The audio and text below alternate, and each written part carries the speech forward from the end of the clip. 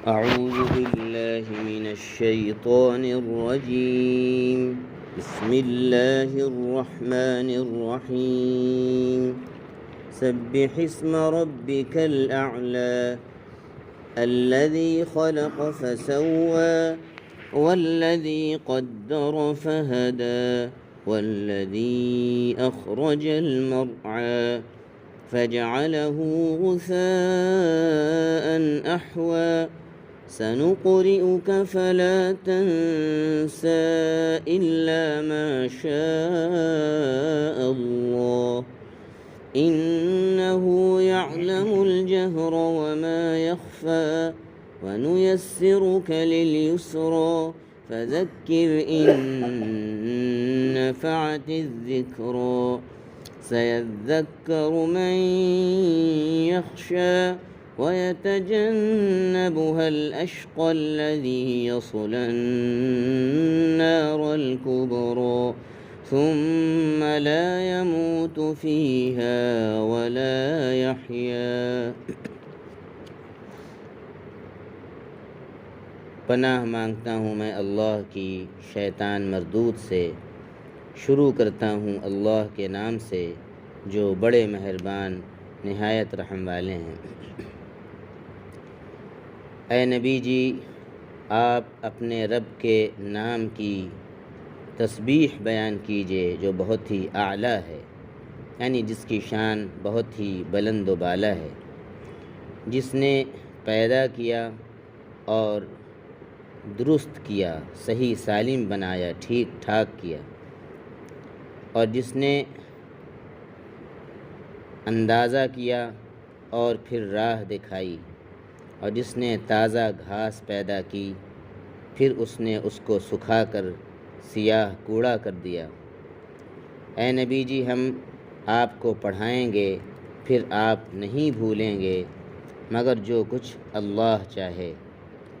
وہ ظاہر اور پوشیدہ کو جانتا ہے. اور ہم آپ کے لیے آسانی پیدا کر دیں گے تو آپ نصیحت کرتے رہیں اگر نصیحت کچھ فائدہ دے. ڈرنے والا تو نصیحت لے گا، ہاں بدبخت اس سے گریز کرے گا. جو بڑی آگ میں جائے گا جہاں پھر نہ وہ مرے گا نہ جیے گا.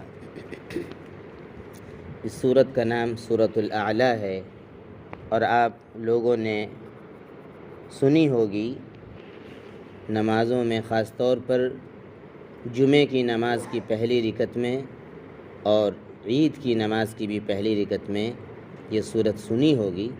اور یہ پڑھنا مسنون ہے. پہلی رکعت میں سورۃ الاعلیٰ اور دوسری رکعت میں سورۃ الغاشیہ. اور جمعے کی نماز میں سورۃ الجمعہ، پہلی رکعت میں سورہ منافقون، دوسری رکعت میں، وہ بھی ثابت ہے. تو یہ مسنون ہے پڑھنا. پہلی آیت میں اللہ تعالیٰ ارشاد فرما رہے ہیں، اے نبی جی، آپ اپنے رب کے نام کی تسبیح کیجئے جس کی شان بہت ہی اعلیٰ ہے. رب کے نام کی تسبیح کیجئے یعنی اپنے رب کی تسبیح کیجئے. ان تمام چیزوں سے اللہ تعالیٰ کی پاکی بیان کیجئے جو یہ مشرک ان کی طرف، اللہ تعالیٰ کی طرف منسوب کرتے ہیں.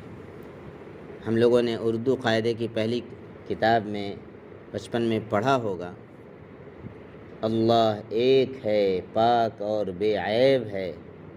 یہ انہی آیتوں کی تفسیر ہے. ہمارے بزرگوں نے قرآن مجید کے مضامین کو کتنے سہل انداز میں لکھا ہے اور بچوں کے دل و دماغ میں بٹھانے کی کوشش کی ہے. اور تسبیح کے حدیث پاک میں بے شمار صیغے ہیں. سبحان اللہ، اسی طریقے سے سبحان اللہ و بحمدہ، سبحان اللہ العظیم، اسی طریقے سے سبحان اللہ العظیم و بحمدہ. تسبیح کے بے شمار صیغے ہیں.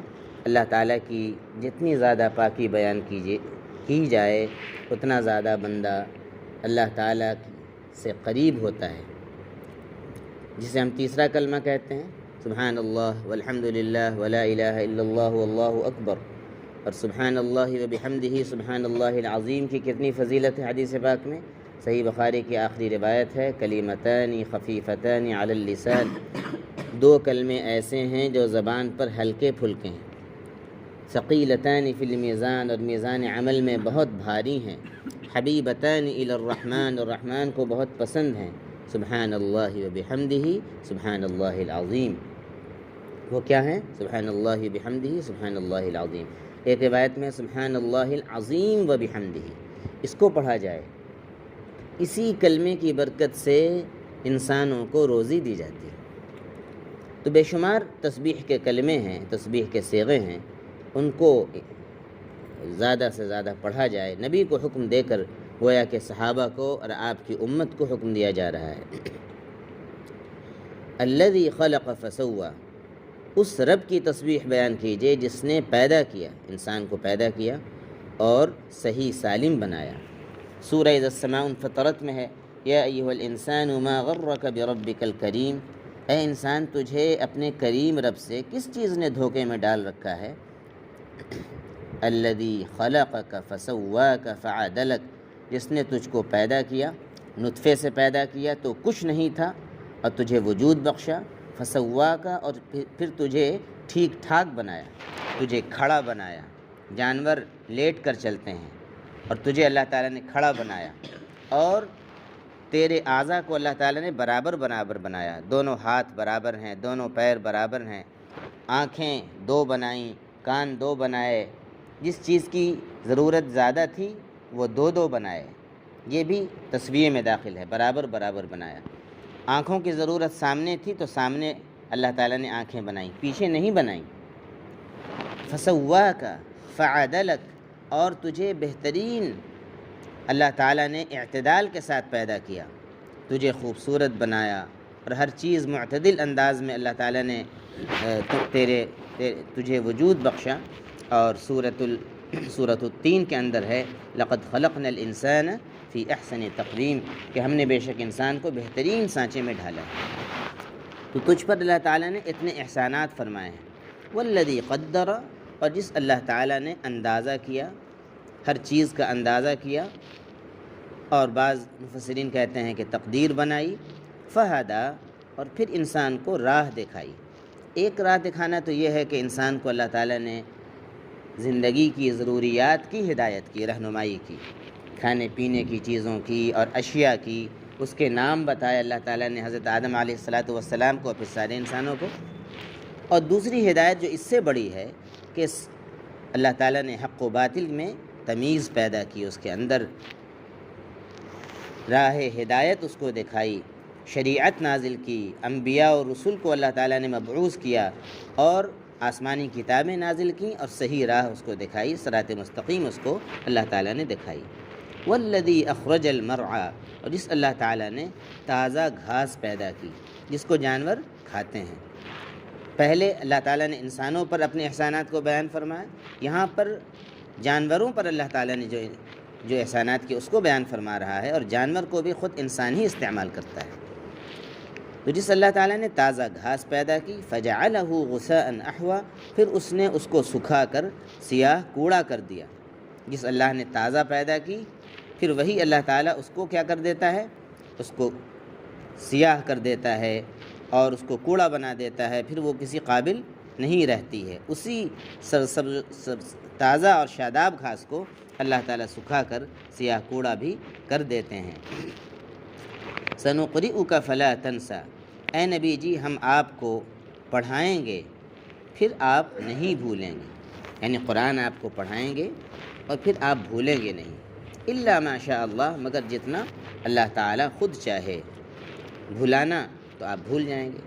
سنقرئک فلا تنسیٰ، سورہ قیامہ میں ہے، اللہ تعالیٰ نے فرمایا اے نبی جی لا ان علینا جمعہ وقرآنہ لا تحرک بہ لسانک، اے نبی جی آپ اپنی زبان کو حرکت مت دیا کیجیے۔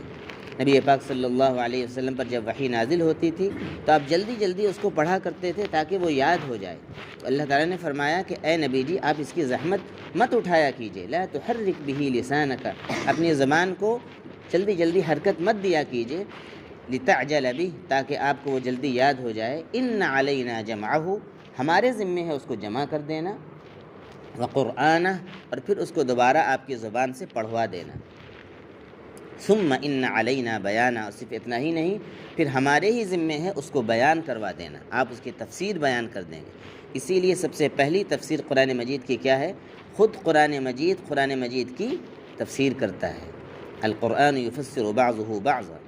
پھر اگر قرآن مجید میں کسی آیت کی تفسیر نہ ملے تو نبی پاک صلی اللہ علیہ وسلم کی احادیث میں ملے گی، اس کے بعد صحابہ کرام کے آثار میں ان کے اقوال سے تفسیر ملے گی۔ تو ہم آپ کو قرآن مجید پڑھوا دیں گے اور پھر آپ بھولیں گے نہیں، مگر جو کچھ اللہ ہی چاہے۔ تو جب اللہ تعالیٰ چاہے گا آپ کو بھلا دے گا تو پھر پچھلی آیت جو ہے وہ منسوخ ہو جائے گی۔ انہ یعلم الجہر وما یخفی، اللہ تعالیٰ ہی ظاہر کو بھی جانتا ہے اور پوشیدہ کو بھی جانتا ہے۔ یہ عام ہے، جہر قرآن کا وہ حصہ بھی ہے، جہر زور سے پڑھنا قرآن کا وہ حصہ بھی ہے جسے رسول اللہ صلی اللہ علیہ وسلم یاد کر لیں، اور جو آپ کے سینے میں سے محو کر دیا گیا وہ چھپا ہوا ہے، وہ پوشیدہ ہے۔ اسی طرح جہر اونچی آواز سے پڑھے، خفی پست آواز سے پڑھے، خفی چھپ کر عمل کرے اور جہر ظاہر کر کے، ان سب کو اللہ تعالیٰ جانتے ہیں۔ وَنُيَسِّرُكَ لِلْيُسْرَى، اور ہم آپ کے لیے آسانی پیدا کر دیں گے۔ یہ بھی عام ہے، مثلا ہم آپ پر وحی آسان کر دیں گے تاکہ اس کو یاد کرنا اور اس پر عمل کرنا آسان ہو جائے۔ ہم آپ کی اس طریقے کی طرف رہنمائی کریں گے جو آسان ہوگا۔ ہم جنت والا عمل آپ کے لیے آسان کر دیں گے۔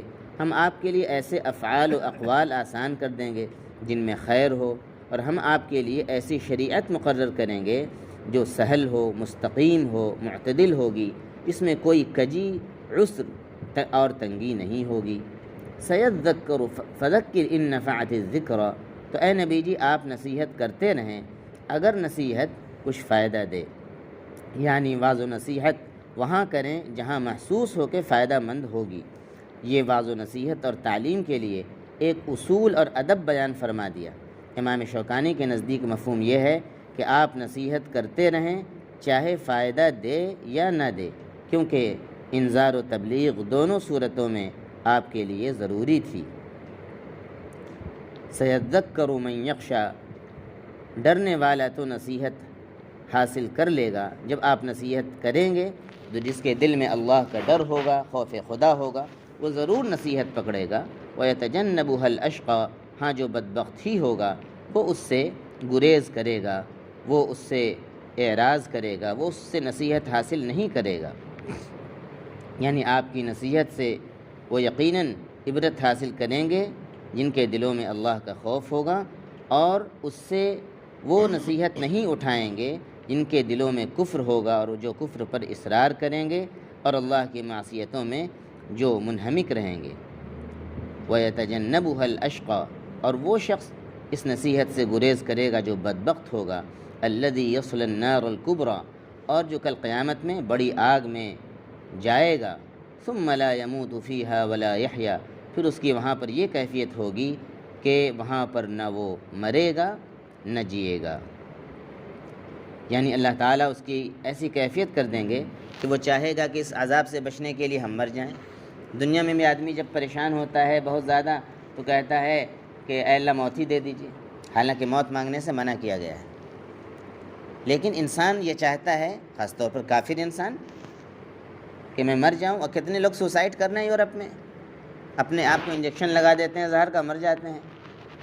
لیکن کل قیامت میں جہنم میں اگر کوئی تمنا کرے گا کہ مر جاتے، چھٹکارا پا جاتے عذاب سے، تو اللہ تعالیٰ موت بھی نہیں دیں گے۔ تو نہ مرے گا نہ جیے گا، بیچ کی کیفیت میں رہے گا۔ یہ اس کے لیے سخت عذاب ہوگا جو نفسیاتی طور پر انسان کو پریشان رکھے گا۔ اللہ تعالیٰ ہم سبوں کو ان آیات میں مزید غور و تدبر کرنے کی توفیق عطا فرمائے، خود خوب اپنی تسبیح بیان کرنے کی توفیق عطا فرمائے۔ آمین۔ وآخر دعوانا